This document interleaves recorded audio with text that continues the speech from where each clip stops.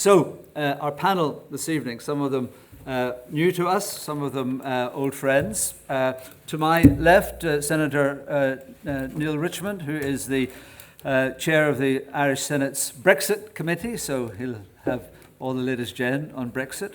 To my right, Dr. Jennifer Cassidy, who is from Oxford University. She's a lecturer in politics and international relations and a specialist in digital diplomacy, and we'll find out what that is in the course of the evening. Michelle O'Neill, what do you do again? Just remember. Vice President of Sinn Féin. Northern leader of Sinn Féin. And Nelson McCausland, who was, he's a commentator now, but he was a politician, and we like to think of him as being close to the mind, close to the thinking of the Democratic Unionist Party, the party which he used to serve. So, ladies and gentlemen, that is our panel. A big round of applause, please.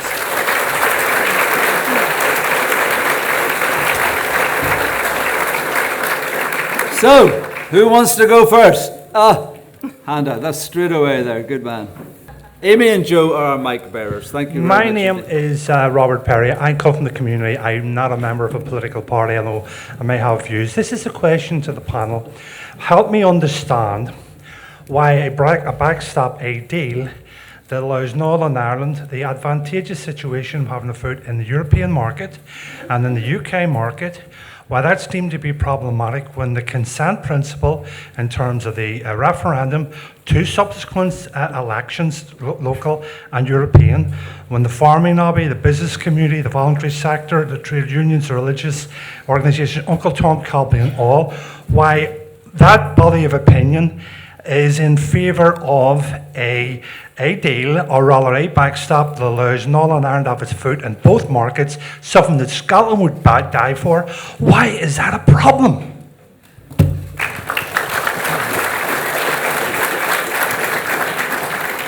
Nelson, you better tell him. Well, first of all, I think it's an issue of concern to many unionists because of the fact that it would align Northern Ireland. Northern Ireland would remain aligned over time to everything really that would be EU oriented. So rules, regulations and so on, you would be aligned with them. And over a period of time then you would have increasing divergence from the rest of the United Kingdom. And it's that growing divergence, particularly over a period of time, and being locked into that divergence that unionists would find unpalatable. The end result would be some sort of economic border, effectively, along the Irish Sea. The difficulty there being that for Northern Ireland, the bulk of our trade is with Great Britain. Now, you say that all the different sectors that you mentioned there are in favour of that. They think it's a good thing. I'm not sure that necessarily organisations that claim to speak for entire sectors do necessarily speak for entire sectors. I am certainly not from a farming background. Like politicians, you mean? Exactly the same. Nobody can claim that. But I've spoken to many farmers, for example, in rural areas, going around different meetings and speaking to them, and at social events as well. And I find that the majority of those I speak to in the farming community are opposed to the backstop. So it's not a case of farming community. I think the farming community is divided in the same way as most of the rest of society in Northern Ireland is divided on the issue. I think you're going to be 3-1 on this one. I may be wrong, but Neil, why does the Irish government believe that a backstop is the ne plus ultra, that is absolutely essential in the withdrawal process?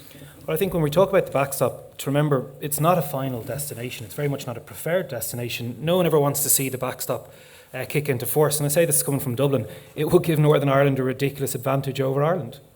Us in the south, we never want to see it come in because it would put us at a detriment.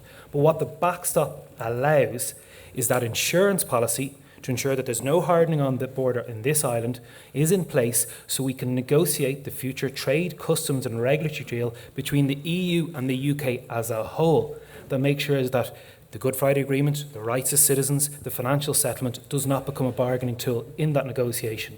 A negotiation that hopefully, and the plan agreed by both the British and European negotiating sides, is that negotiation means no hardening of the border on this island, but equally no hardening of the border down the Irish Sea.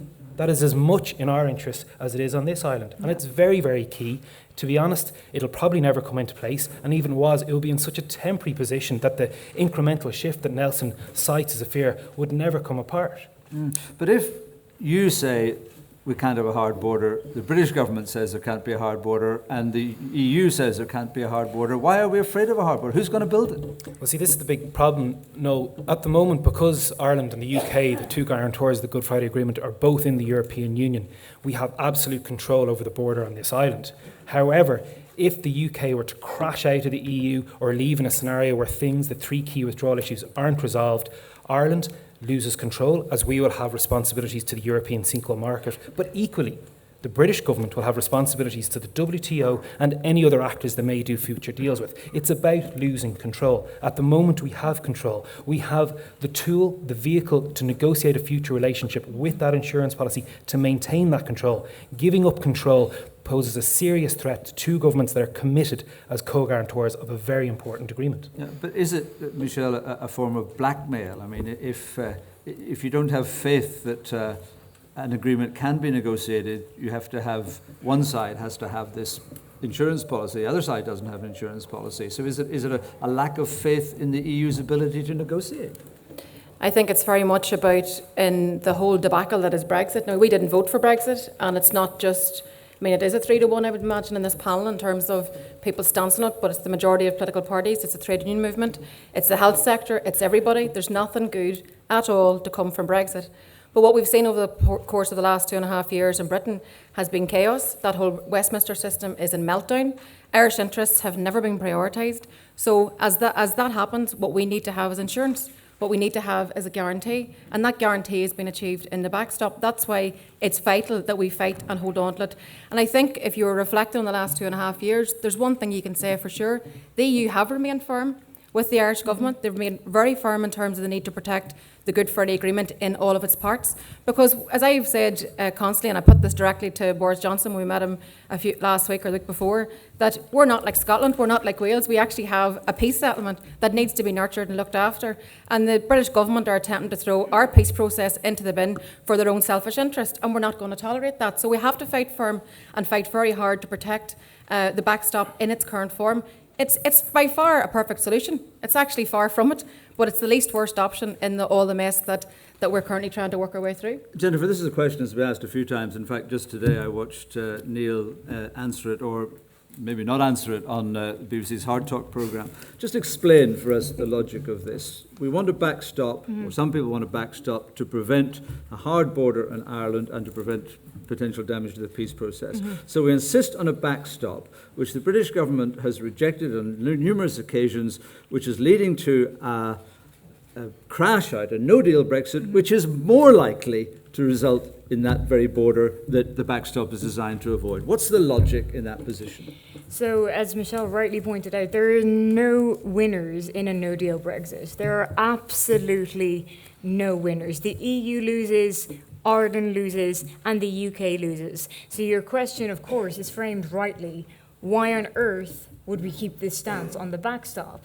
But then it comes down to the issue of, well, where does your moral compass or where does your morality lie in terms of, are you willing to sacrifice a peace process, an international peace treaty that has been negotiated in good faith, like the Belfast Agreement and the Good Friday Agreement, or just in an exchange for a nation, throwing its toys out of the pram and demanding the backstop be removed? So this moral point is that the collapse of the peace process implies a return to violence. So in effect, are you not giving the people who want violence the power in this, the leverage in this? Because we're all saying, we can't do anything that will affect the peace process because some people might return to the violence that plagued us for 30 years. Again, where's the logic in that? But also, where is the logic in the EU, and having worked for the EU myself, now lecturing on it and being deeply involved in this issue for the last 3 years, where is the logic of the EU giving into the demands of one nation who is exiting it, demanding a removal of a pertinent issue for the peace process and selling another nation out who is continually, like Ireland, going to remain in the EU and shape the EU and shape its future. There's no logic in that either. And also giving a concession, and a concession is even too diluted of a word to use regarding the removal of backstop. Giving a concession to the UK would also signal to other nations, and we've seen the rise of Euroscepticism across Europe in recent years, would also give a rise to other countries saying, well, you know what, you can trigger Article 50, you can have a referendum, and you know what, at the end of the day, we will give in. So the EU wants to make it as hard as possible for Britain to get out in case some other people think we don't like the EU either. That's one side, but there also is, let's not forget, it is, and I say unfortunate again in diluted terms, it is unfortunate that the country leaving or wanting to exit the EU is the country where the border is the end of the EU. So was it any other country, they would have left by now. And we are in a complex, extremely complex situation. There is no exact logical explanation for. We would have, as I said, the UK would have exited by now. So the fact that we're still discussing it shows the complexity of the situation. And the backstop itself was introduced by the UK, negotiated and signed, purely because it took so long to end the violence that was seen in Northern Ireland and the 100 years beforehand. But Noel, you're also coming from the premise that it's for us to find a solution for a British problem. Exactly, it's a We Brexit. found a solution. I'm not suggesting any such thing. I'm just asking the questions. Nope, but fair enough. But I think that the point that can't be missed is that if the British people wish to leave the EU, we wish them the very best, but we don't. We voted to remain, and that remains our position. So what we've tried to do is be pragmatic. We found a solution, an Irish solution, if you like, to the British problem. That is the backstop and the withdrawal agreement. And if the British government don't want to adhere to that, it's for them. They negotiated that. That was Theresa May's deal. She went out, she negotiated with the EU, and the EU have said from the very start of this process that they'll protect the Good Friday Agreement in all parts, and we intend to hold them to that. And Neil and the Irish government have said that they will never leave citizens in the North behind again, and we expect to hold them to that, because that's what's at stake here. And some of the predictions have been around 40,000 jobs.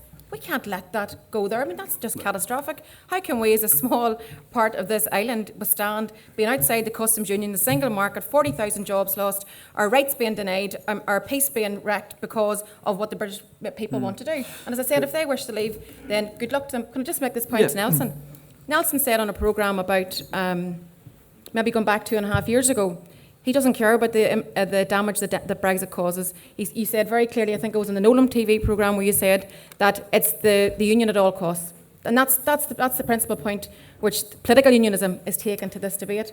But I dare say there's a lot of more people in the unionist community who fear Brexit in the same way in which many people in this room do also. Yeah, and I understand Sir Geoffrey Donaldson said something along the same lines more recently than that. But Nelson, so what you want to respond to that first of all, and then I want to ask you a subsequent question. I think Jennifer made a really important point there, which is that this is ultimately about the European Union, which is set on a European project of growing and growing integration.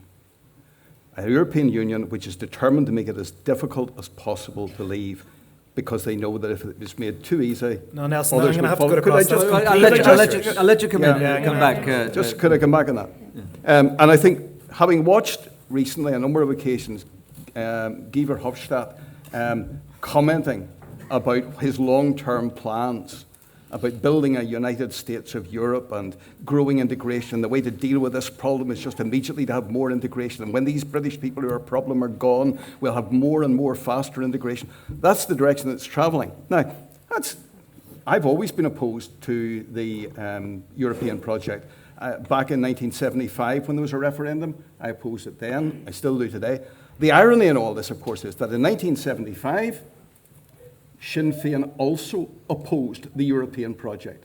And when she talks about, when Michelle speaks there about the trade unions, there are many trade unions, for example, who might belong to the Communist Party. The Communist Party opposes the European project as well. I think People Before Profit was picked up on as well. I don't think they're Little Englanders or all the other things that are usually thrown about in terms of criticism. So people's views there have been, in recent years, much more on the national side, much more on the Republican side, much more in favour of the European Union, but it wasn't always you're allowed to change your mind. You are on indeed. many You are things. indeed. Neil, you wanted to come in. I just wanted to... Nelson's comparison that Guy Verhofstadt, for some reason, speaks on behalf of all Europeans is like me saying Edwin Poote speak for all people on this island. He is the leader of the third largest group in the European Parliament. He was Prime Minister of Belgium over a decade ago. His relevance is nowhere near as important as people like Juncker, Barnier, Michel, and Ursula von der Leyen. But there is a project for European integration, European Defence Force, a European Foreign Minister. I mean, but there's so many different angles, and saying that like, oh, there's a rush to an EU army like Michel's party said during the European elections, and all these things is grossly misleading. When the key issue, the people of the United Kingdom, of England and Wales in particular, voted to leave the EU. We respect that. In order to leave the EU, you do it under Article 50 of the Lisbon Treaty. Therefore, the people of the UK, it's not about anything that might happen in the future. It's not about building a future European project. It's making sure that those departing meet their responsibilities. The three key responsibility is guaranteeing the rights of European citizens in the UK post-Brexit and vice versa, meeting the financial obligation of which there's a massive return, particularly for this part of the world. And thirdly, and most importantly, is guaranteeing and protecting the Good Friday Agreement as a co-guarantor of an international peace treaty lodged with the UN. Jennifer, I will come at you. I just want to ask Nelson this question. Do you think anything has changed with the election of the choosing of a new Prime Minister in Britain? Certainly, the EU certainly doesn't think it has. They don't indeed. Certainly it has galvanised opinion on both sides of the issue. There's no doubt about that. But I think ultimately what we're seeing now is something that should have happened several years ago. The negotiators who were negotiating on behalf of the United Kingdom were not really committed to the idea of leaving. And therefore, there was very little enthusiasm for it. It was half-hearted, it was weak. I think if we'd had a different team of negotiators there going in, a much more assertive, not abrasive, but assertive team, in the same way as the EU was assertive, what you had was a compliant team of negotiators coming from the UK. If there had been better negotiating team, I think we might be further down the road, because ultimately, every border has two sides. And if you're going to get a resolution on this, then it takes the two sides, in this case Dublin, and on this side, the government in London, to make sure that they are cooperating us, rather than, as we had previously, Leo Varadkar more or less saying, well, it's a British problem, you've made it, you sort it out. Jennifer, however hard it was to come to the arrangement, the withdrawal agreement, which was presented to Parliament 3 times and rejected 3 times, vigorously and uproariously rejected, does that not say to Europe, well, and in the light of having a new Prime Minister, maybe we need a little bit of a rethink here? There seems to be absolutely no movement at all on the European side, despite the fact of that refusal by Westminster. So, and this ties to the response that I wanted to make regarding the remark that Nelson made, that I had said that the UK is making it difficult for nations to leave in order to, the EU is making it difficult. Excuse me, please don't. That's all right. Please don't quote me on that. The EU is making it difficult to leave. No, the EU.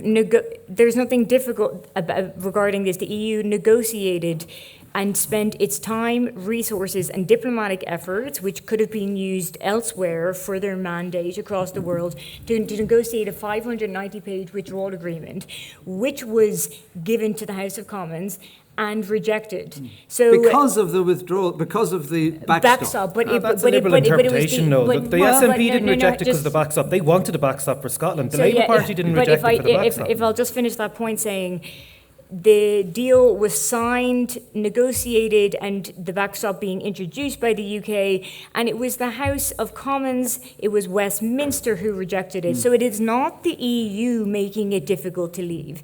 And may I say again then, it was the UK that asked for an extension. The EU did not go to the UK and say, would you like an extension? It is the UK making it difficult to leave. So they are the ones to sort it out. The EU and Ireland being a core member, we have other mandates to do. We have other diplomatic tasks. We have other agenda to get to. And this has seeped our resources for long enough, and it is up to Brexit and the House of Commons to get it through. Let's have a few hands, please, from the gentleman down there was the first one I saw, just in the fourth row there. Hello. So my name is Jack Armstrong. I'd like to ask the panel their opinion on the recent legislation in Westminster relating to equal marriage and abortion in Northern Ireland, and particularly, do you think after the deadline on the 21st of October, do you think that this change in Westminster will make the restoration of Stormont easier in the medium to long term?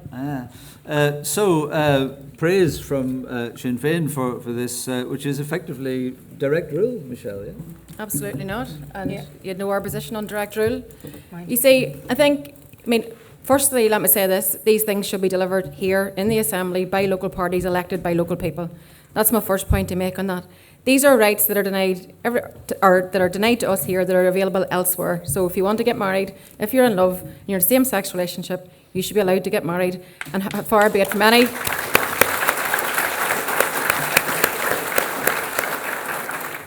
We are quickly becoming this backwater in the north because we're being denied rights, whether it be marriage rights, women's rights, whether it be Irish language rights. No matter what it is, the DUP have acted in a manner which is to deny these rights to citizens, and that is unjust, it is intolerable, and it'll not allow us to have an institution up and running, serving people well, unless we address all of those issues.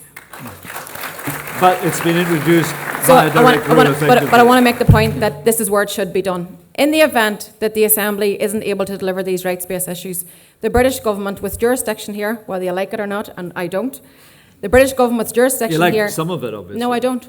And the British government with... Well, you like this bit. No, I don't. And I thought you just said you did. if you let me finish the sentence.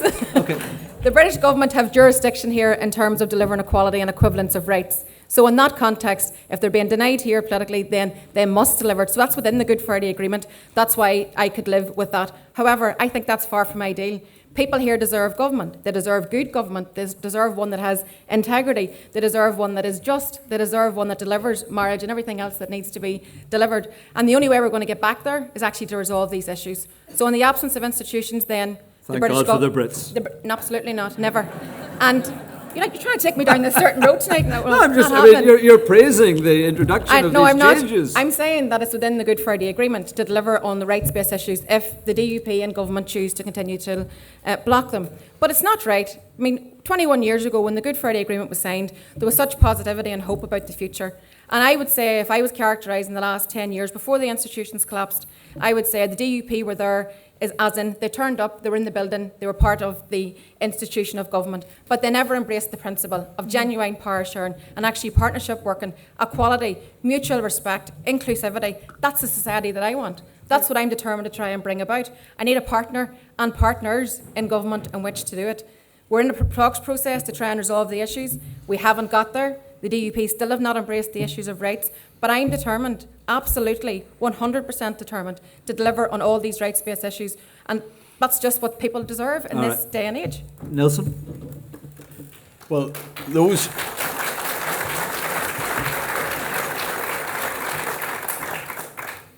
When I was coming in here this evening, there were folk outside the school demonstrating their opposition to abortion. I doubt if they were from the unionist community. I don't know who they were. But even the fact that there has been a splintering from Sinn Féin over the abortion issue, and former members, representatives, in fact, of Sinn Féin have gone over to the new Republican group, shows that it's an issue that divides people right across society in Northern Ireland. But the party has a policy. If you disagree with that policy, you can leave the party. That's right. That's right. But it doesn't mean the party's policy is wrong. No. All I'm saying is that there, as I clearly said, there are differences of opinion across society. I think as regards abortion, the focus is very, very often on what may loosely be termed, I use the term respectfully, the hard cases and the difficult ones around fetal abnormality and so on. There are certain, particularly those issues. But the fact is that there is an agenda there with an abortion lobby which is completely set on the total decriminalisation of abortion. And that means effectively that you would have abortion unlimited and unrestricted. I took part in a panel discussion a bit like this not couple of years ago, and there was a representative from one of the smaller parties who was challenged by the chairman that night when she said, "Oh, it's always the woman's choice," and he pressed her on it, and she actually went to the point of saying, "Yes, up to birth." Now, I find that difficult. I find it scary. I think that the organisation that says both lives matter is absolutely right, that there are two lives to be considered, both the mother and the unborn child. And when people say, in posters and placards and protests, it's my choice, it's my body, it's my rights, there are actually two people involved. There is a mother, yes, and she needs to be considered and cared for as much as possible. But also there's an unborn child there that needs to be considered. And if we go down the road that England went down, we would be in a situation now where 100,000 people who now are alive would have been aborted. And that's a scary thought. So it's an issue because a principle can be, in your view, abused, in other words, abortion on demand, doesn't mean that the principle is wrong, does it? Well, the principle... It just means that it needs to be, that principle needs to be policed. Well, we saw how that worked out in England, where the 67 Act has been implemented in the way that it has, and where children are even being aborted because of minor physical disability, cleft palate. Their children have been aborted because of that. In Iceland now, most children who are conceived with Down syndrome are now aborted. Could I just, I mean, this is going to be completely, yes, in 1 second, just completely unscientific. Ask for a show of hands here, those who believe that the government was right to move to introduce relax abortion laws here. Who thinks that the government was right? Can the panel? Yeah, go ahead. We're not going to count them all anyway. And those who think the government was wrong? I would say the ayes have it. More people put their hands up and say the government was right. That was just an interesting little non-scientific show of hands. Jennifer. Yeah. So when the statement is made, you know, my body, my rights, my choice. I repeat, it's my body, my rights, and my choice, and I will stand by that. It is my body. How? They never speak about my baby. That's the point. It's the fact that my baby is left out of it.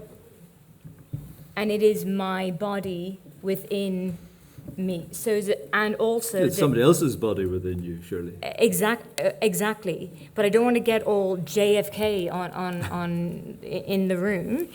But the cases that you refer to, saying it is the woman's choice right up to birth, I don't agree with that either. And they are fear-mongering cases, and that's my personal view. And so the JFK aspect of with great rights comes great responsibility. And I think to say that to use these extreme cases, which I don't agree with, by the way, and I stand with you on up to, but to use these extreme cases as examples of what would happen if abortion was legalized is fear-mongering. And it also really disrespects women and doesn't say, you know, women are capable of making the right choice for their body and their rights. And as I said, if you are in the position you find yourself in, fatal abnormality, rape, incest, whatever it may be, we need to trust women that they will make the right decision. I am all for regulation for abortion. I am not for these fear-mongering cases, and these should not be the cases that are the narrative that are projected. But at the end of the day, my body, my rights, my choice. Senator, it was a very hard case in the Republic, of course, the Halappanavar case, which caused so much publicity and so much soul and heart searching in the Republic. But are you happy that it's moved the right way now with the amendment? I just want to answer specifically to Jack's key point. Which would be a good idea, actually. Would be nice, yeah. Yeah, I should have told you to do that. It was the right thing to do, but the wrong way to do it. And I say that somebody can dedicate a considerable amount of my personal, political and private time campaigning for 2 yes votes in the recent referendum in my jurisdiction. When I talk about the right way to do it, we look at the different system when it comes to reproductive rights between what we have in the South and in Great Britain. They're quite different. And how was that produced? It was produced by a citizen assembly that sat for a year. It sat an all-party parliamentary committee that sat for a year. A referendum, and there's lessons here when people talk about referendum, which we've discussed, and we'll no doubt discuss some more on other issues.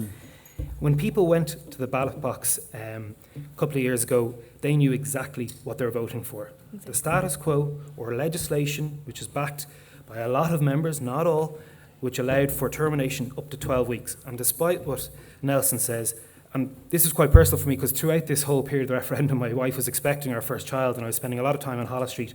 It's not a nice hospital to come out and see the posters that we see outside this hall. And it was great for myself and my wife. We came out to a bouncing baby boy. But at the same time, you had people coming out from very bad news. And to be put through that emotional stress, it's fine. It's not fine. It's never fine. We had it outside the Oireachtas as well. It was absolutely disgusting behaviour. And you talk about cleft lips and you talk about there'll be no Down syndrome babies left at all. If you have it up to 12 weeks, none of those things can be detected. And it's that scaremongering and really nasty pursuit over something so personal, which underlines why I do think it was the right thing to do. And equally with marriage equality. I say this as a straight man who has absolutely no skin in the game, except I want my friends, my siblings, to have the exact same rights as I have. But, and my key point, and I'll finish on this, why it was the wrong way to do it, is my message to Michelle, not directly, but everyone who's in the Assembly, just get on with it. Get the Assembly back going. It didn't collapse over reproductive rights. It didn't collapse over marriage equality. It didn't collapse over the Irish Language Act. At least get the Assembly back and working and give the people in Northern Ireland the chance to take ownership over the two most vital issues that is affecting my generation, but every other issue involved. While we get the microphone to this young lady here, Joe. Well, Michelle? firstly, you're absolutely out of touch with politics in the North if you think the institutions didn't collapse because of denial of rights, because of financial scandals. Yeah, no, but Michelle, but you can. Well, you're using those as an excuse 3 years on. See that Fine Gael attitude? Just get on with it. Yeah. That's typical of not understanding the politics and the division. Well, I'm sorry, it's the attitude of the people in Northern Ireland who aren't being represented at the moment. You have a responsibility as an elected representative to sit and do your duty in Stormont. Whose rights should I give up? Go in and negotiate and legislate for them. Whose rights should I give up? Go in and win the election and put the rights through. I won an election. The party won an election. We have a mandate to go in and get the party. Well, then go in and do it. Sitting outside giving out about it doesn't count. We've been in negotiations to try and make it work, Neil. That is our determination. But it'll only work if it actually works in the way in which go in with no preconditions, get the Assembly back up and give people in Northern Ireland proper representation. That is again... You think you have the numbers, you think the majority. Nelson's party don't want to go back in either. No, you see, again, I have to say this again. You can say I'm out of touch, but this is a fairly simple view. But you clearly are.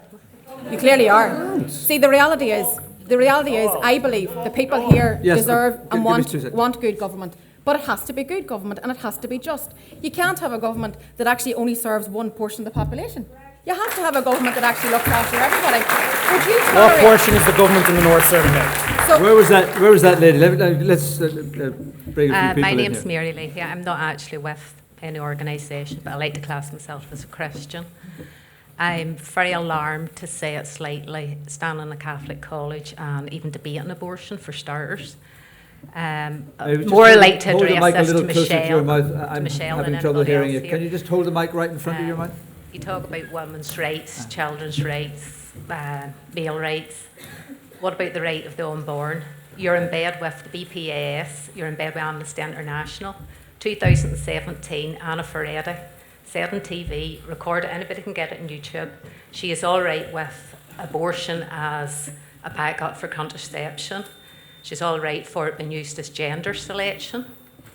I'd like to see how you feel about this and put forward, because it can all be found on YouTube. It's still and who said this? I'm sorry, I missed Anne it. Ferretti, the leader of British Pregnancy Association. And let me just... You're saying that there's a couple more comments. scaremongering. I mean, this isn't scaremongering, this is fact. Gentleman just in the grey jersey, just at the back. And anyone else? And Liz and Amy? Or is it? Okay, yeah. No, this question's for Neil mostly. What's the point in reaching agreement? I want to keep on to the abortion and same-sex marriage just for a while. I'll come back to you, I promise. Okay. How are we supposed to go into negotiations and stuff whenever more than half of the north of Ireland were disregarded whenever we voted to remain. I know it's nothing to do with abortion, but how are we supposed to trust our government to go into negotiations when more than half of the north of Ireland were disregarded when we voted to remain? Okay, I'll come back to that as well. I just want to get a couple of comments on the abortion. The gentleman there in the black T-shirt there. Thank you. Sorry, I do want to just keep it to this subject for a little while. Go ahead.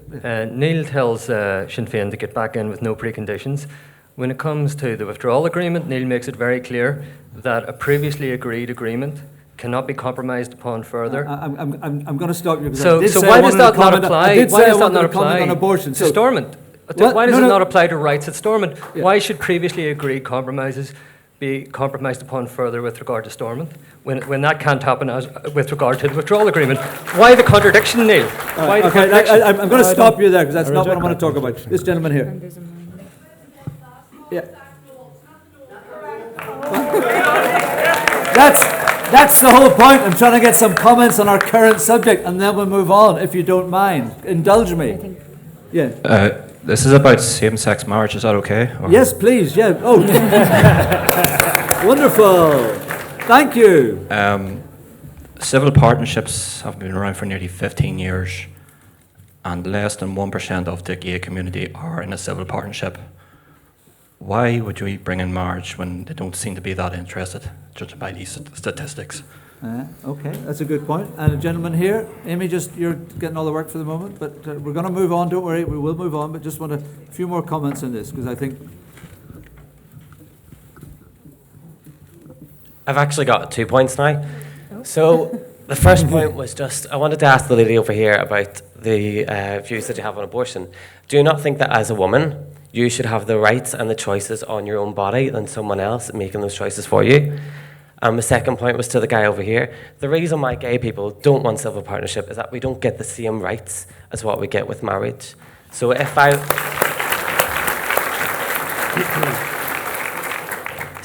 for example, I was in the hospital and my wife was dying, she was legally my wife, I could go in there, I could have the rights to go in, and if she does die, then we could share everything. If I'm in a civil partnership and I have a husband in the hospital, I have no legal right to go into that hospital. His family can deny me the right to go in and see him dying, and I don't get anything off his, even if we are in a civil partnership. And that's why we're so passionate here to get marriage equality over the line. And Michelle, I was at Pride Talksback when you were there, and I think you made a very valid point where you were saying either way, if Stormont isn't back in force before then we're going to get it. But as a precondition then, sorry, I'm getting wound up. Yeah, either way, basically. If Stormont is there, if Stormont's not there, we are going to get marriage equality. And I think that was a fair point for you to make because on Saturday, it's the biggest Belfast Pride we've ever had. I think there was over 300,000 people there, and there was maybe 17 protesters. So I just don't understand why the DUP keep vetoing it with the petition of concern.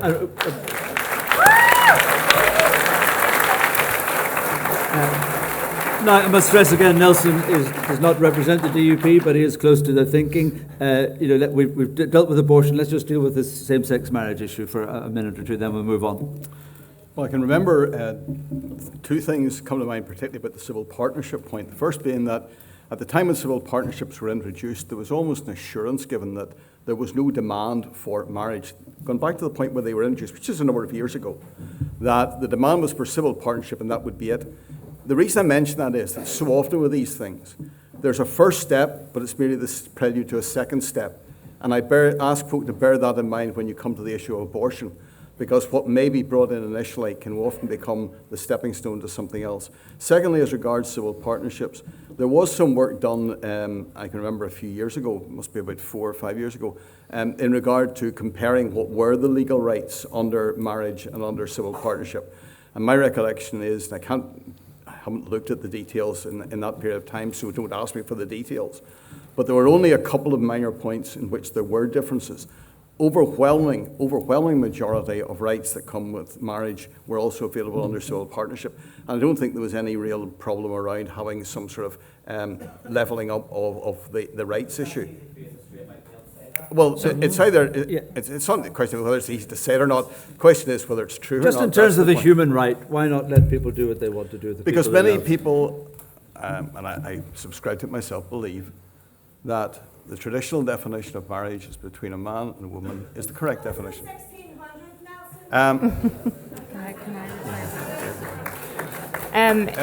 Whether it was in the 1600s, it was also in the 1700s, the 1800s, the 1900s. I don't even know who's doing it. Right, see that? Right. All right, through the chair, please. Through the chair, please.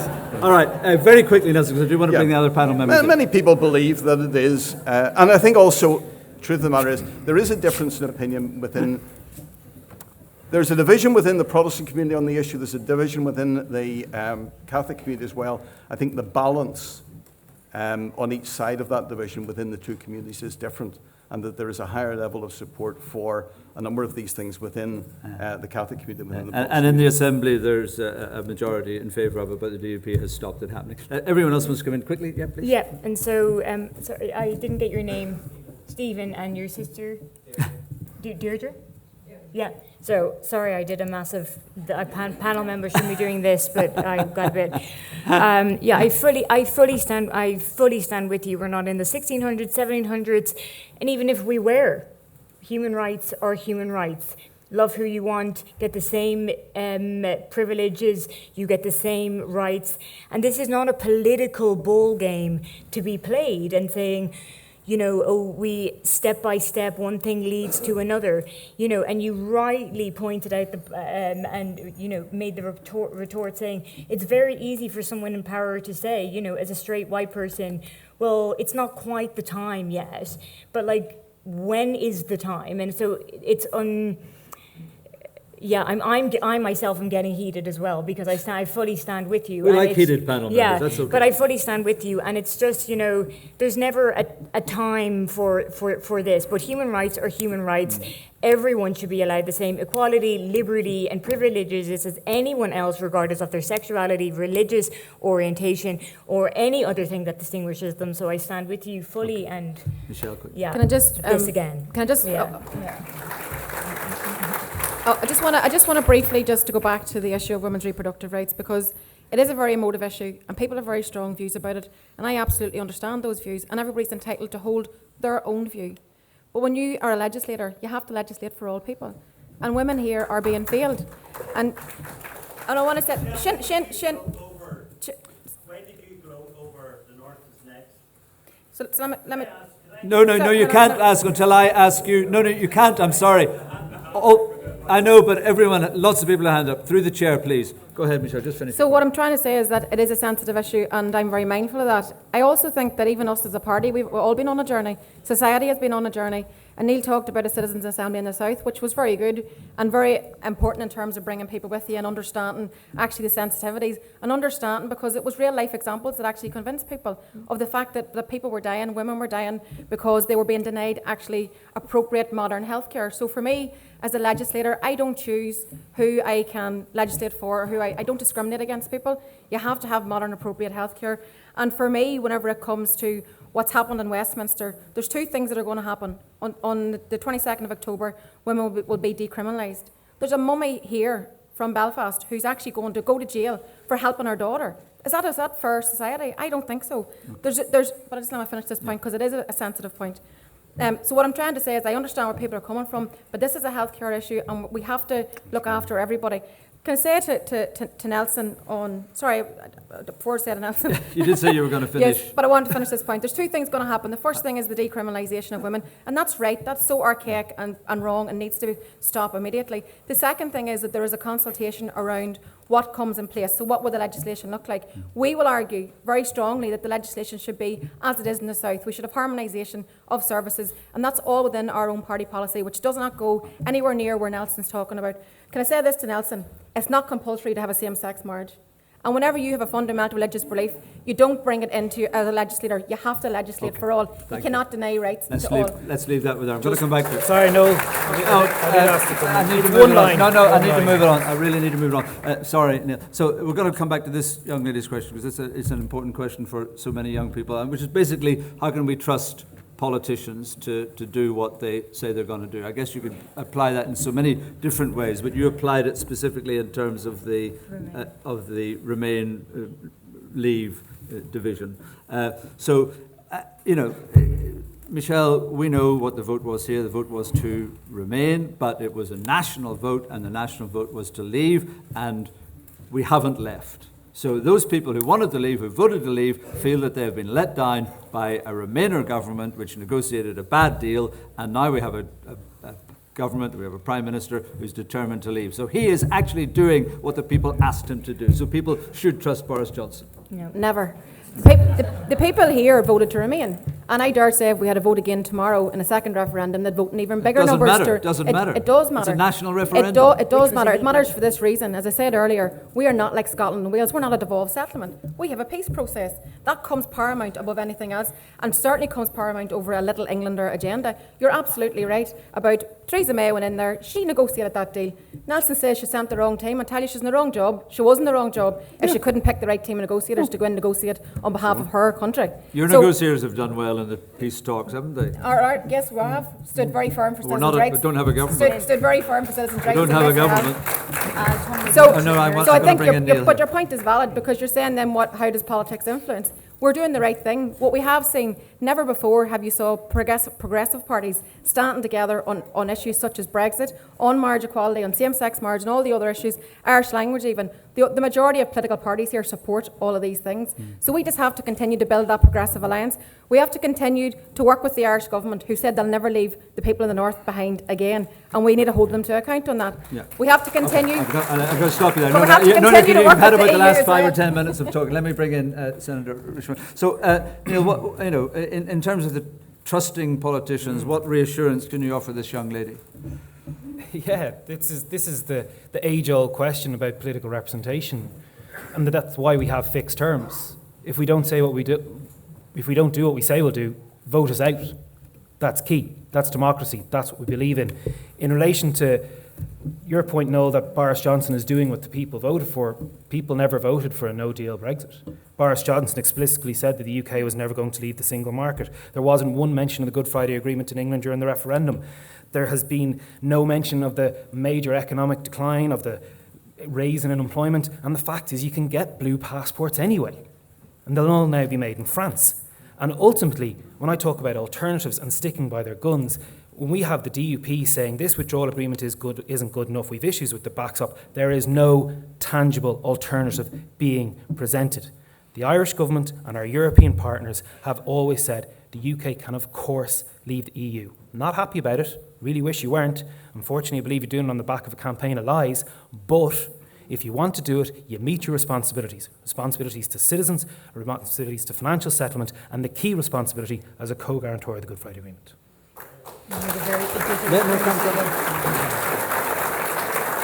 And just a very short point, and this relates to digital diplomacy, which I'm still working on, even though I have a PhD on, to find out what exactly it is. So a key point is, even if you, and you raised an extremely valid point, saying, the majority voted to remain, but we need to remember my department, if I don't know, can I do a show of hands even though I'm not the moderator? Work away, yeah. I give you permission. Yeah, thank you. Has anyone watched The Great Hack on Netflix? Ooh.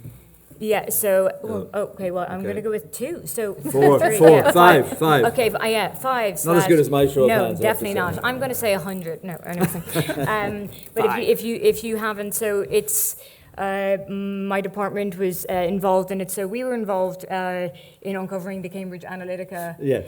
So let's not forget when we talk about Prime Minister Johnson implementing a result that the people asked for. There is proven election interference, and I'm not going to name where my laptop is, that I have.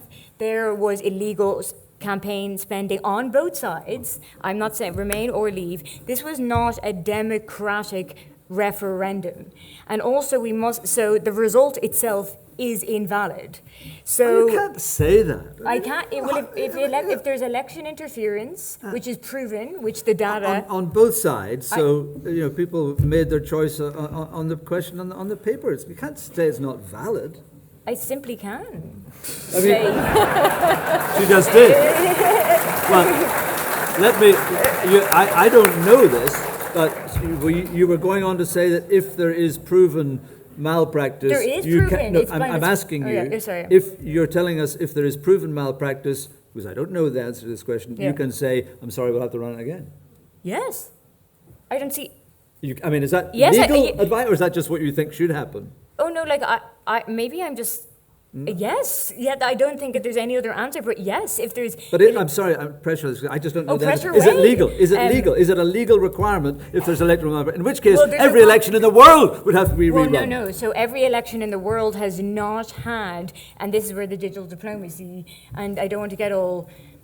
JFK. My JFK, well, my own CV, I mean, but... So I presented the first year of my PhD that there to my examiners that there would be to discover election interference via Twitter and Facebook, and I told it would never exist. And that was in 2014. 2016, I did my final viva, and the first thing my examiner said is, first of all, I'd like to apologize. We have discovered all of this. And I was like, apology accepted, if we could just pass me now, thank you. So if there's proven election interference on both sides, there's a legal campaigning fraud, falsehood, it is illegal and should be voted again. And can I just say, which I can, democracy itself is a malleable concept. If we went back to what actually democracy is, in ancient Greece, it would just be men who owned land and women would be excluded, slaves would be excluded. We don't have this one box fits all of democracy. So, yes, it's illegal. Given what we have today. Anyway, thank you for that clarification. Nelson, is Boris doing a good job representing the true voice of the people of the United Kingdom? Well, quite clearly, when there was a referendum, and it was a UK-wide referendum, 17.4 million people voted to leave. Now, that was not done on the basis of a particular county, a town, a region, or anything else. It was a UK-wide referendum because of the fact that we joined the EU as one body, the United Kingdom, and therefore we would leave as one body, i.e. the United Kingdom. And whether people like it or not, we've heard a lot of talk tonight about the Belfast Agreement or the Good Friday Agreement. The fact is, under the principle of consent, we remain part of the United Kingdom unless and until certain things happen. Now, the point therefore being, we are part of the United Kingdom. It was a UK-wide vote. It has to be accepted. It should be implemented. If you go back to that election or referendum or any other, there are umpteen, you could say it probably about every election. There are things that are said and done in the course of elections that are disingenuous. There are things that happen in the course of elections. People make promises and pledges, all sorts of things. In fact, if you look at the last Westminster election, both Labour and Conservatives went in there saying, we will deliver and take you out of the... Just hold on a minute, please. It was quite clear, said there, we will take you out of the EU. Now we have people in the leadership of the Labour Party saying, oh, we're going to campaign for Remain, having been elected on a manifesto that said, we're going to leave. So there's duplicity all around the place. If you went down this road, you would never have any election. But just watch the great hack. Yeah, this young lady, I want to hear some more voices from young off. You're not Stephen's young sister, are you? Go on, let us hear you. Dear Duchess, Mr. Aaron Marley, August Hammy, Jake Blin, the East. Hello, I'm Aaron Marley and I'm 10 years old, and this question is for Nelson. Why would you not support the Irish Language Act? Oh, okay.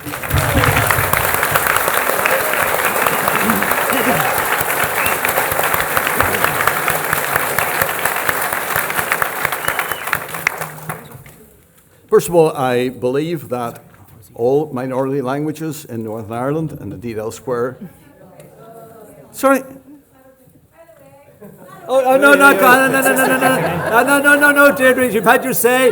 I'm sorry, sit down. Thank you very much indeed. Nelson speaking. Go ahead. Right. All minority languages should be respected and treated properly. Minority, right. We have a position here in Northern Ireland where language has been, in many ways, a badge of identity. Ultimately, that's what it is. It is a badge of identity. And I don't think anybody here is going to disagree with that because it's a quote from Gerry Adams' book, Politics of Irish Freedom. In his chapter on culture in that book, he says very clearly that it is a badge of identity. And therefore, what we're really talking about here is identity. I think that what we should be looking at is how we get... Could you just let these people speak? Put your hand up, please. Go ahead. I think that when we look at this, we should be looking at all identities, all cultural traditions, and how they are dealt with in a fair and equitable manner. Now, how that works out in the end, I'm not entirely clear. But I would say this, the principles that underlie it are fairly clear.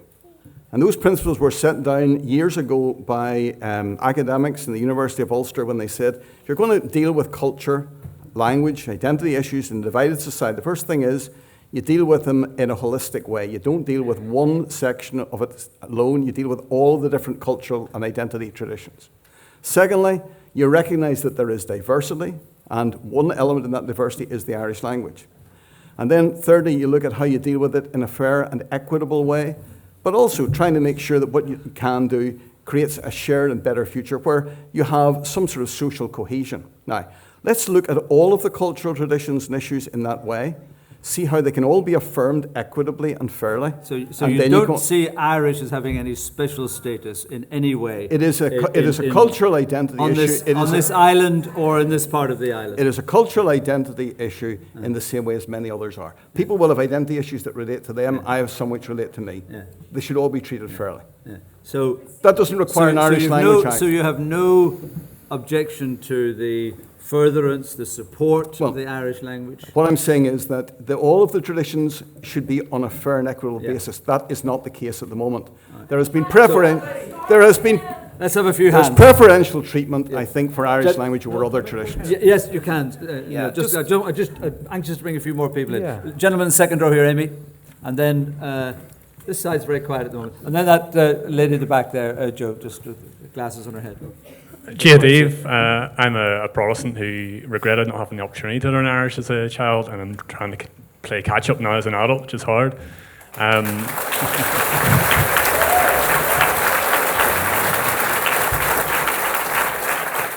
Recently we saw Boris Johnson, he spoke to the DUP about this patriotic bill, British patriotic bill, which the DUP jumped at, which his chief aim is to basically make people feel British here, which is much more intrusive than any Irish Language Act would be on the Protestant or PUL community. But I didn't hear about considering the other side's view and what that might feel. It was more like, just let's jump at this. And we're jumping at the bit. Okay, good point. And the lady at the back there I pointed out,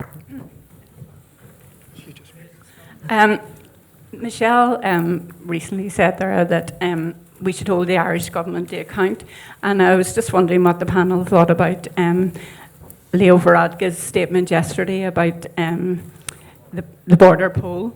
He did say that he didn't think it would work because it went back 100 years, and he thought that maybe there would be opposition to it here. But what he has to realise is Ireland's a totally different country than it was 100 years ago.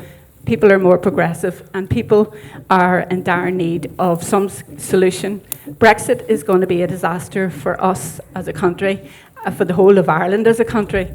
I grew up on the Falls Road, and I had a history teacher in 1972 who told us, girls, we'll only achieve Irish unity when Northern Ireland and this country becomes not a viable proposition, and when there's a need for economic unity. It's time the Irish, excuse me, Noel, I've spent nearly an hour waiting to speak. Please let me finish. I know, there's a lot of people I know, waiting, but I'm only asking you to cut your remarks as short as you can, please. Okay, well, I just want to finish. Thank you. Right? It's really important that the Irish government now step up, and if they don't see that the poll should come now, they should put in place plans for the future, because there is going to be a time when this country, I mean, in Harlan Wolff yesterday, the redundancies are being announced. This country is going to go to the dogs, and it's time for the Irish government to step up, because after all, we don't want the people to be disenfranchised twice in one century. Thank you very much. Senator.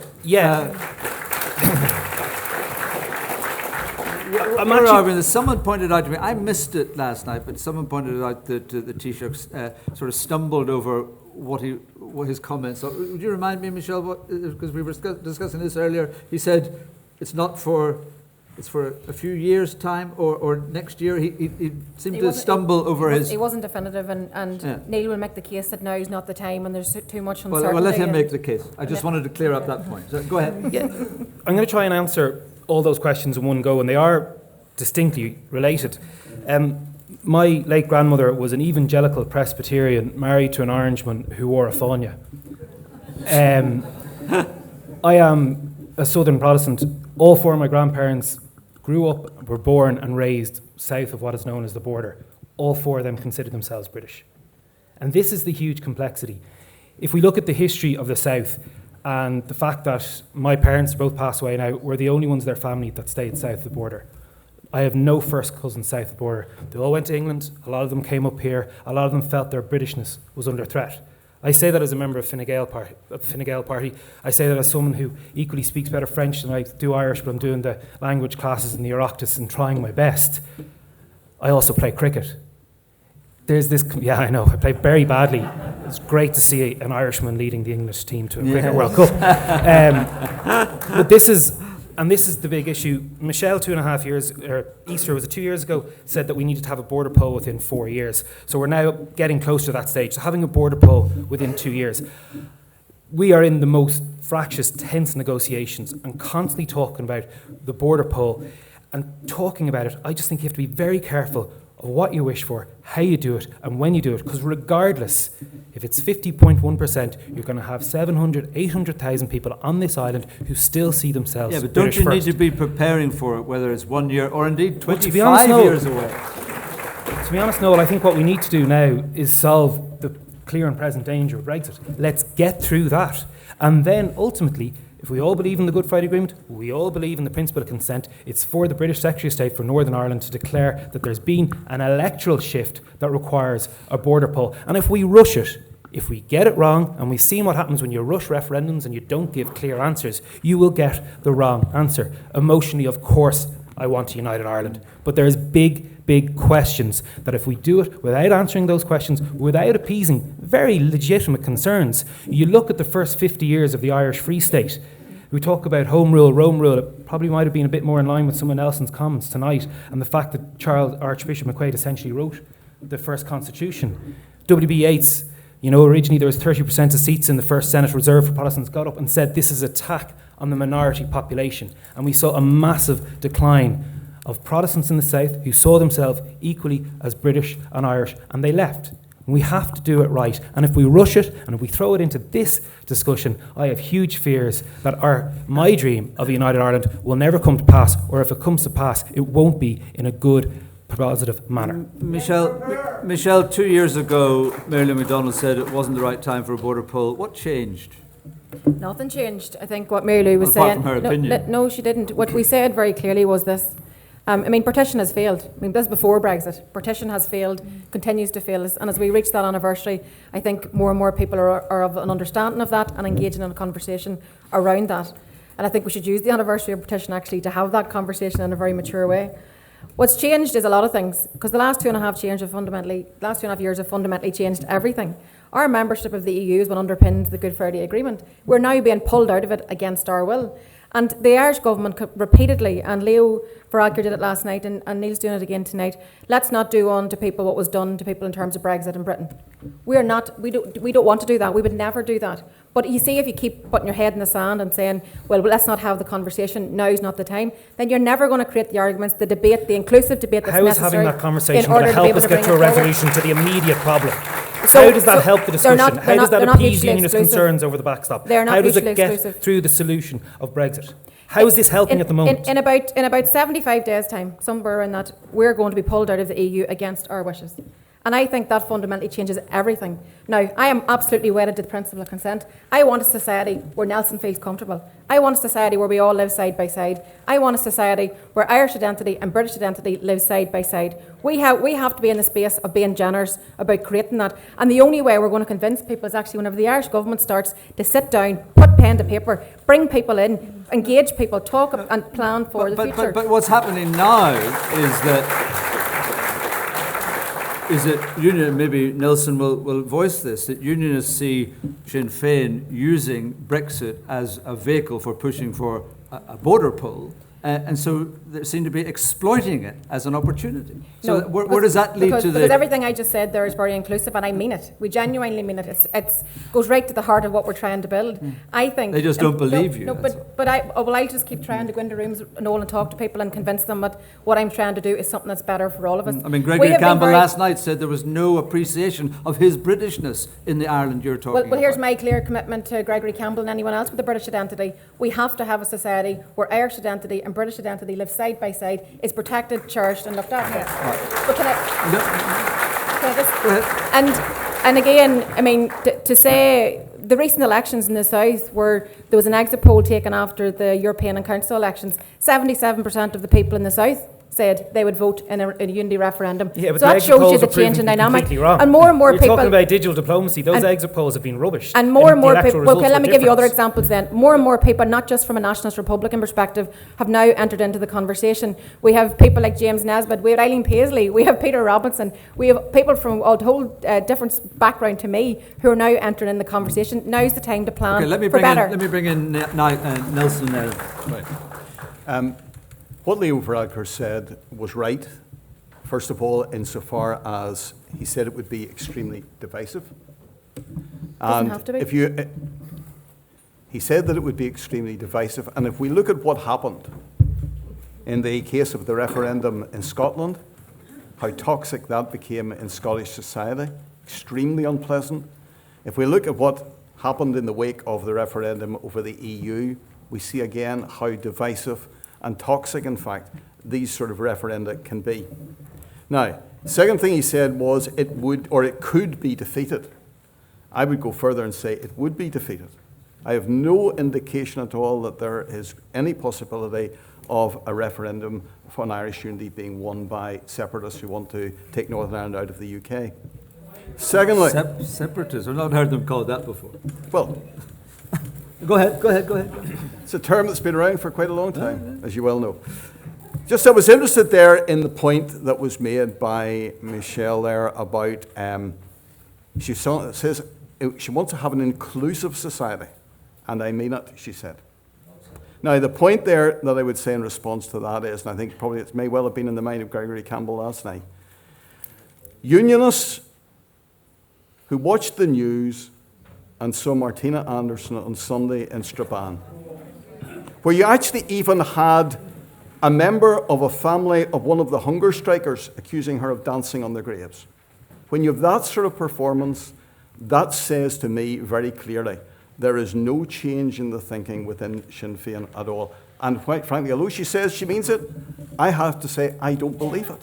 And there are so many other things where clearly I don't believe, because the evidence isn't there. The evidence is all to the contrary. Now, it is true that there have always been small numbers of people within the Protestant community who are sympathetic towards United Ireland. That is something that's been the case for decades. During the Second World War, you even had a prod squad in the IRA. There were members of the Protestant community who joined the IRA. Now, there were only about 20 of them. And you had many Catholics in the British Army, so there's You no had- point you making had that. far more, absolutely. Yeah. So what I'm saying is, what I'm saying is, I'm just giving the point that if we look here at the evidence for what he's talking about, I actually went to one of the outreach events that was held by Sinn Féin up at Queen's University. I got an invitation indirectly to go, so I just went along out of interest. And when you looked around the room, the people there from the Protestant community were not in any way representative or reflective of the broad thinking within the Protestant community. This gentleman here, is your comment about this current topic good? That's great. I want to try and keep it on very this. much is, so no. Oh, good. Go ahead. My name is Jerry Armstrong, and panel and chair, you're welcome to Féile 31. I've been coming to debates and discussions for 31 years. And I know you're going to have to bear with me. You ask people to be concise. But Please be. Yep, Do your best. You mentioned, I wasn't going to ask the question, you mentioned the name Gregory Campbell.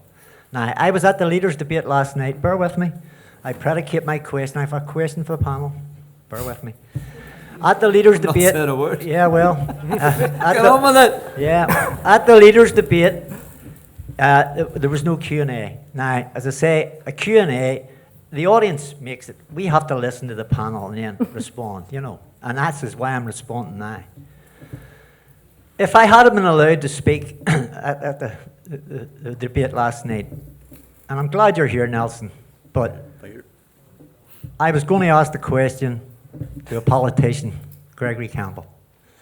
Now, previously I'd been to a debate and it was about unionism and unifying Ireland. And the question was put, how does unionist convince me to go the union way?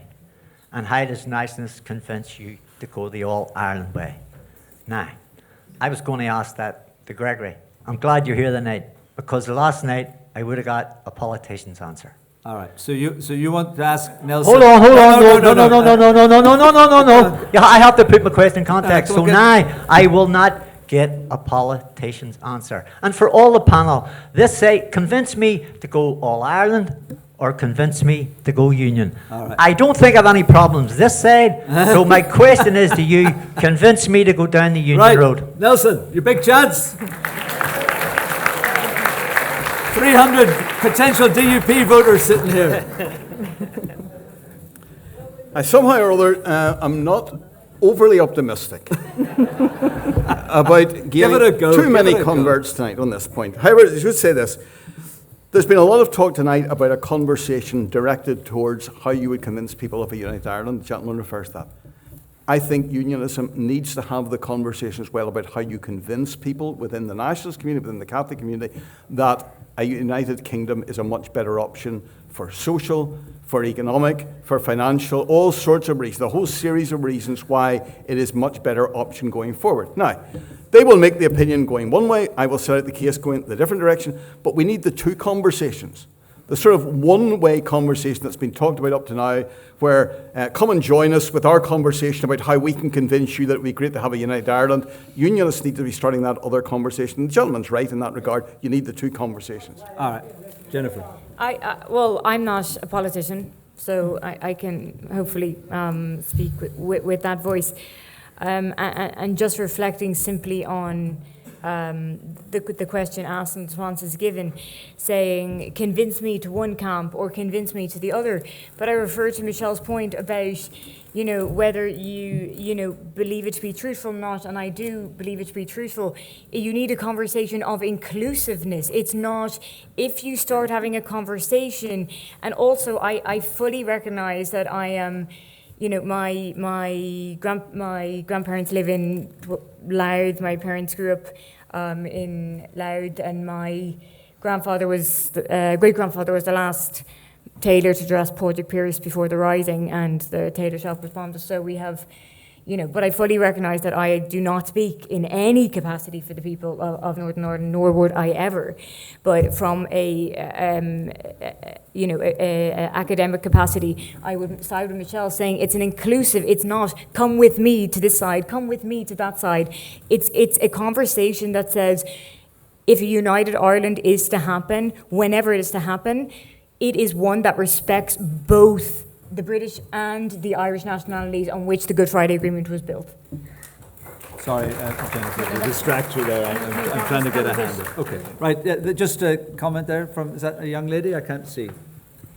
Hi, my name's Kiva Kush, and this is just on the topic of equality. Yeah. When Theresa May was over last year, visited the border, I spoke with her on behalf of the Belfast Youth Forum. And as usual, talked around all the questions, never really answered any questions. So my question's for Nelson. If we're part of the United Kingdom... You don't got a question for anyone else around here? So I beg your pardon, sorry for interrupting, carry on. If we say that we're part of the United Kingdom, in that way are we not meant to be equal? So, if every other region in the United Kingdom has a language act, where's the equality if every other region here doesn't have one? Well, in actual fact... if Northern Ireland doesn't have a language act. Yeah, sorry? If Northern Ireland doesn't have well, actual fact, a language there act are for there are a number of minority languages in the UK. If you take Cornish, for an example, Cornish is one of the recognised minority languages. It's a Celtic language. There is no Cornish Language Act in England.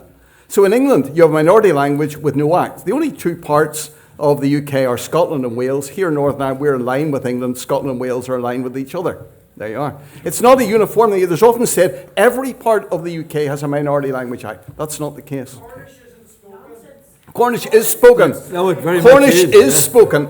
excuse me, but I happen to know that because I've talked to the people concerned. Just one more point. Oh, well, better at least have the truth about the thing. Come to me. Come. Sorry, I'm just trying to get... Interesting point there. It's a national language. Point there being, it's all about identity. Okay, we're going to try and move on here. So let's see what comes from this gentleman here. Hello. So I just want to bring it back to the border poll and promoting the United Ireland, but I want to come from a slightly different position. Neil, when do you think it'll be right for the Irish government to actually actively and positively promote reunification? Because whenever you do that, you set the parameters for the border poll and you will get your electoral shift. Well, actually, legally, the Irish government wouldn't be able to promote it. If you look at the Irish constitution, the Irish government cannot take a position in referenda. That's clear. But what I have said consistently on this panel, and I said it exact same when I spoke with on a panel with Martina Anderson last year at Féile, focusing on a border poll at this time is madness. If you want to guarantee to create a divisive society on this island, force through a border poll now. If we think we're anywhere near preparation, we're losing our face. We need to invest in the Good Friday Agreement, get the institutions in the north up, and work to that solution first and foremost. We're not there yet. And I can... This is... You're exactly asking about the border poll. You ask, when is it right to start preparing the border poll? Sinn Féin have consistently said they want a border poll. This gentleman says, when should the Irish government prepare trying to convince people? The legal answer is the Irish government will not take a position. My position, as a politician who's going to give a politician's answer, is I'm not making the case right now for United Ireland, even though emotionally that's what I want to see. Equally, I'm obviously not making a case for the Union. I'm saying make a case for the status quo, for the Good Friday Agreement, invest in those institutions, let it go through, let the policy of consent work. Otherwise, particularly now, when we've seen what the division has caused in the Brexit referendum, Nelson rightly says the division that's caused. If we look at the division post-referendums where you have real consultation, it took us 35 years to get the 8th repealed. That's the British legal system. I'm talking about the Irish legal system. But I think this is an important point. The British government has said they are not neutral. They are not neutral on the issue. The Irish government shouldn't be neutral on the issue either. I believe it's a constitutional imperative. No, lady in the green. Sorry, Michelle. I'm just trying to direct Amy here. Lady in green. Now, go ahead. You've had your hand up for a long time. I'm sorry. I'm trying to get around as many people as I can. I'll be as quick as I can. The fly in the ointment, categorically, is Brexit. Forget about the border poll, everything. The biggest problem facing this country is Brexit. I did see that documentary, and my question is to the lady there in the white suit, I think your name is Jennifer. Because you said you had something to do with the background. Everybody should watch that documentary. I've been following Brexit from the very beginning, and that documentary changed everything about my thinking. And what I can't understand is, given the governments of the North, the South, England, and the EU, that there are legal eagles and there are incredibly qualified people, highly paid people, researchers, that they cannot put a case forward based on the evidence in that documentary. I fundamentally cannot understand because even if there is a general election in the UK, I don't see that will solve the problem if Labour get in, because Labour are equally divided. Okay, let's let her answer and take the mic to the gentleman in the striped shirt, and you're next. Jude's next. So there is a case, and I'm like half like ducking to see the lady in the green. So there is a case, and Professor Carroll, who you saw in the documentary, he was actually just a few months ago subpoenaed to the Supreme Court in the UK, where I met him regarding this. So there is an ongoing case with the Great Hack, and it wasn't shown. And actually, Aaron Banks is suing the Great Hack, the Netflix documentary, because the Supreme Court ruled against this, which and I fully stand with you there, it is baffling with all this data and all this evidence. I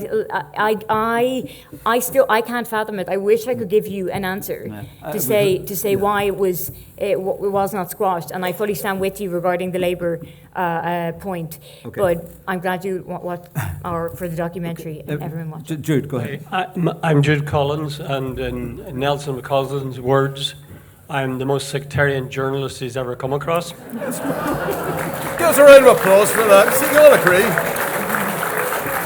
I am, of course, outraged they should call me a journalist. Is that applause supporting you or Nelson? I'm not quite sure. Go ahead. Oh, I think the point I want to make is Nelson has said that the Scottish referendum was very divisive and toxic. He seems to believe that the same thing would apply if, in fact, we had a referendum here. The border poll is an integral part of the Good Friday Agreement. You just can't simply set that aside. Besides, common sense should tell you that, by definition, a border poll will divide it into those people who are on one side or those people who are on another. If you follow that through, it's a dangerous thing to bring 4 people up on a group, on a panel, who all have different opinions, disagreeing with each other, divisive talk. Thank you. Gentleman in the striped shirt. Sorry, ladies. Didn't see you stood up there. Jerry Gribben, I was one of the founding members of the Northern Ireland Women's Coalition. A time of hope, a time of optimism. I genuinely believed that the 2 communities in Northern Ireland could come together, work out some founding principles, inclusiveness, justice, equality, mutual respect, human rights. Those were all very optimistic and positive things. And I welcomed Sinn Féin coming to the table. In fact, we thought that they would be there. But I do recall on the night that the Good Friday Agreement was signed, the DUP was outside the gates screaming, hollering and opposing it. Opposing it very vehemently. However, we'll set that to one side. I have watched for the last 20 years the Good Friday Agreement, which was working reasonably well for the first 10 years when everybody operated it in good faith and adhered to the rules. But I have noticed in the last, say, 10 years, 8 years, that the DUP have been sabotaging it. That's all I can call it. At every turn. There is no reason on this earth why a gay woman like me, and I'm 71 years of age, and I was demonstrating on the streets of Belfast when Nelson was 17 and still at school. There is absolutely no reason on this earth why there should not be whatever definition of marriage the society chooses to make. Okay. It is not written in stone. The second point is, if I can just finish this, nice Noel, quick, please. I'm Nice not going and to quick. make a political speech, I'm just really saying, I'm putting it in context. There is absolutely no reason why a woman should not choose what to do with her own body, with her medical practitioner. And thirdly, can I say, no, let me finish, Noel. There is no reason why there should not be an Irish Language Act. Thank you. You've covered It has everything. all been sabotaged. Thank you. Gentleman's hand up there. All I can see is a hand. Hi, Richard Brown. The politicians, straightforward question. Hoping to get a straightforward answer. What about the economy? Say that again? What about equality between the rich and the poor, or the inequality that exists today? And more importantly, why is it that Brexit has taken the limelight when people are suffering? People are standing in queues waiting for the like of handouts for food, fuel poverty. These things have been pushed to the past. Real politics. So what are you doing about that? Senator. The first part, why is Brexit taking the limelight? Because Brexit will have the power to make that so much worse. Not just with the power, it will. If Brexit's got wrong, if it's a crash-out scenario, you'll see the economy on this island, north and south, as well in Great Britain, absolutely tumble. There won't be money to build new houses. There won't be money to provide healthcare. It'll be an absolute catastrophe. It is the biggest threat to this island since the Second World War in economic terms. That is why it's dominating the limelight.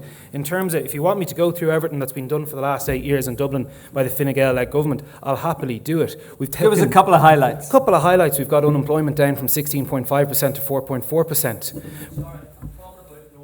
Okay, well, I'm going to leave that to a Northern representative in Michelle. Yeah, okay.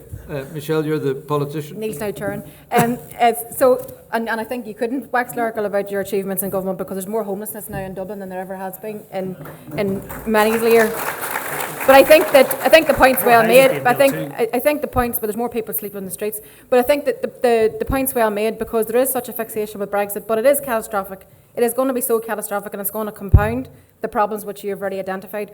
One of the things that was blocked in the previous Assembly and Executive was an anti-poverty strategy. Like, that's day one. That needs to happen immediately. We have more people going to food banks. We have more people suffering because of austerity, because but of lower unemployment, strangely. We've got very low unemployment right now. People are employed, but not in anything that's kind of meaningful paid. So it's low-paid jobs where people are struggling. But it's better than no job. What they now call the working poor. People are struggling big time. There's an awful lot more to be done in terms of tackling those issues, but you definitely can't divorce Brexit from compounding the problems that we already have. And Tory austerity continues to bite. The health service is on its knees, even. Education is on its knees. And like, even when the Assembly and Executive's up and running tomorrow, those problems still are going to be there, but we need to fight back against austerity. Can I just ask, because as a politician, how much of your time these days do you spend dealing with Brexit, and how much of your time dealing with everyday problems of constituents who are suffering in the very many ways our questioner has asked? No, I deal with all of those things on a continual basis because, I'm still elected. I have a mandate to deliver for people. So whilst we mightn't be in government, I am challenging and working with the departments, but challenge them where also. Can you say, I'm not challenging you, I'm asking you, in terms, like, how much of your time is taken up? If Brexit wasn't an issue, how much of your time is it taking up? It's hard to break it down, Noel, but half a day, half of every day? It's really hard to break it down, but I can say that my priorities right now are around protecting us, protecting our peace agreement, fighting back against Brexit. My priorities are challenging departments and unaccountable civil servants who are taking decisions that we should be taking, but because of denial of rights, we can't be in there, but we will get there, in my opinion. My priority is about making sure that the Irish government never loses sight of the fact that we in the North will not be left behind ever again. We are going to voice our opinions very, very loud on that issue. And can I just say one final point, in case this is the last point I get to make? You always say that, can I just say one more thing? In case it's the last point, I don't know if people know this, but if in the event of a crash-out Brexit, and we find ourselves on the other end of 31st October having crashed out, the EU have said, in the event of a successful unity referendum, successful border poll, we automatically go back into Europe. That's incentive in itself for some people. Kenny to get agreement on that. It was Enda Kenny who got that achievement. I'm glad Enda Kenny eventually got to that point. But no, just in your direct question, I'd say 75% of my time is taken up with Brexit. But you are chairman of the Brexit committee, so yeah. I guess that. And the other 25% is changing nappies. I'm glad to hear it. All I can say, no, if I didn't have to waste 75% of my time on Brexit. I completely understand. Nelson, you're not in politics directly anymore, but how Brexit has diverted energy and thought and intellect and every aspect of rule and government and governance, how it has deflected all that into this one channel is a terribly damage to any polity. Well, of course, over that period of Brexit and all of the toing and froing, we've been without an assembly. And I think that is very disappointing because without an assembly, we're not able to do a lot of things that need to be done to help the Northern Ireland economy. I think also, just even within that, we needed to have, I think, a much more of a different approach to the economy here in Northern Ireland. I think we've relied, this is a personal view, it's not a party view at all, but it's a personal view that I think we've relied far too much on what seemed to be the easy pickings of foreign direct investment and not enough emphasis on growing local businesses, which have much more affinity with the place and therefore are much less likely to take the machinery and move it elsewhere.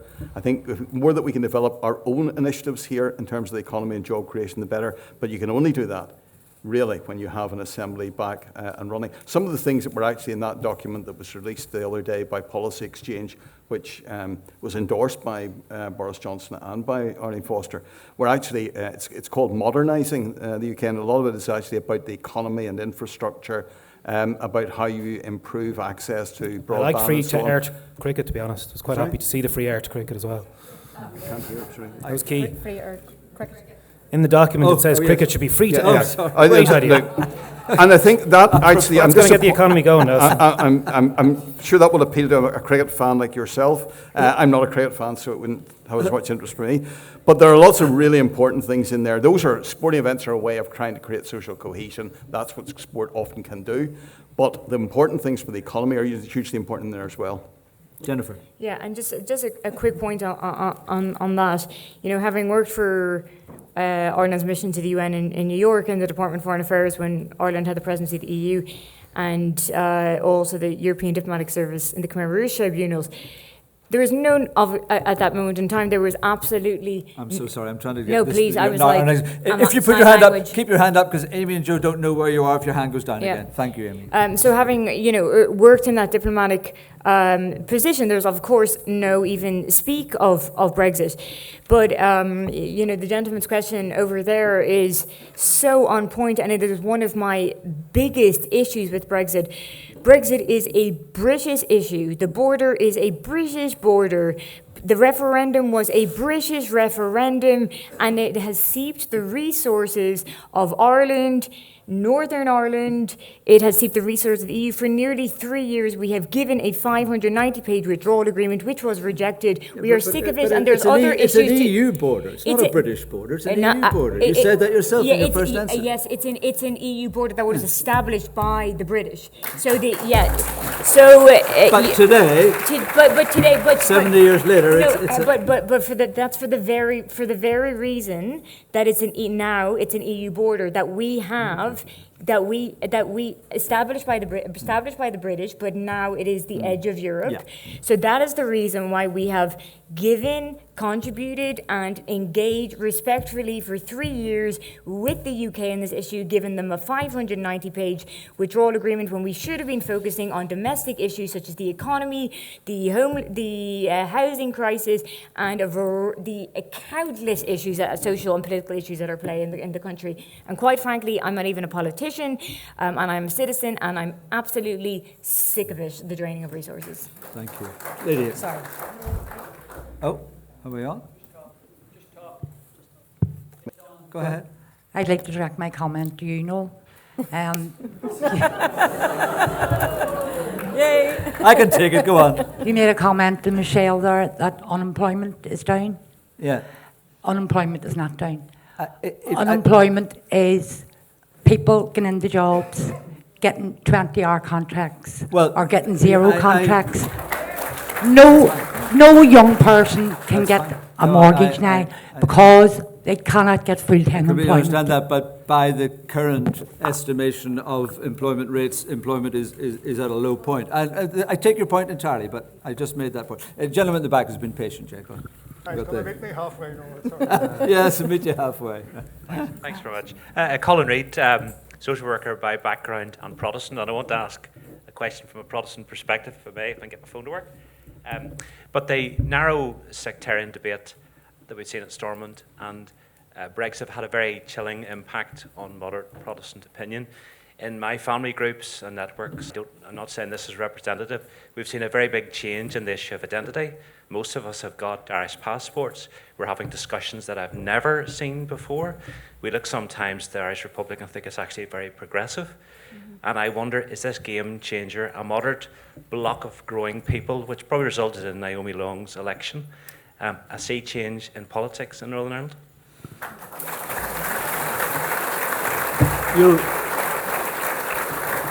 You'll say yes, Michelle.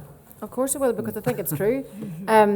I think a lot of things have changed, and I think you're right, Colin. More and more people, not just from a Republican background or a nationalist background, are actually entering into the conversation. That can only be a good thing. And the more and more we can replicate that and do that and actually create the space for people to feel comfortable to articulate what it is that they're for. I went to one of the other debates in Féile, which was from a Protestant perspective, Uniting Ireland. And it's very interesting when you listen to people, because you have to listen very carefully. It's not for me, and I have no desire to impose on to those with a British identity or a Protestant background that what I think the new Ireland should look like. But I would say this, we could plan it together. There is something better for all of us in that. And I think if we come at it in that sort of inclusive debate, and actually don't be afraid to have the conversation, you're right, because, and it's evidenced all over the place, that more and more people are having this conversation in their workplaces or among their families or whatever, and that has to be a good thing. And I think probably that's why I think it's so important that the Irish government actually does start the plan, because perhaps that will afford people the opportunity to be part of the debate. Political unionism, unfortunately, doesn't engage in the debate. That's also why I think, and I think they may never, until such a time as a date is set is set for a unity referendum, that will focus minds, and then I think it gives people the opportunity then, because they can see that that's potentially something that's going to bring constitutional change and they want to be part of shaping it. I would love that to be the space that we get ourselves into. But the one thing someone said at that event in St Mary's the other night, from a Protestant perspective, said they want to hear that the Irish government wants them. And I think that's... Well, can I suggest that one of the reasons that many Protestants are getting Irish passports is not so much that it means they've suddenly become Irish nationalists, but they don't want to stand in the aliens queue when they go to Paris. So, I mean, that in itself doesn't... I think, just to pick up on one point there, Michelle referred to the panel discussion the other night about people from a Protestant perspective. I wasn't at the thing and I didn't follow it in detail. But my understanding is that one of the 4 people in the panel was actually a former, had just been standing as an SDLP candidate in the You can be a Protestant and also stand for a Nationalist Republican Party. You can be a Protestant and stand in a Nationalist Republican Party. That's a shock to me. I didn't know that. Imagine that. It's a bit patronising. You think you are Karen Bradley? I think I just have to say, no, I'm not a sex church. Can I just say, I think that comment, Michelle, a bit patronising. The fact of the matter is that there have always been people. There have always been people. That says as much about the person that said it as it does about anybody else. Doesn't certainly help. Doesn't certainly help. Let me just say that from a Protestant perspective, there have always been people from a Protestant background who have been, as I said earlier, examples back over the years. There have been lots of examples of that.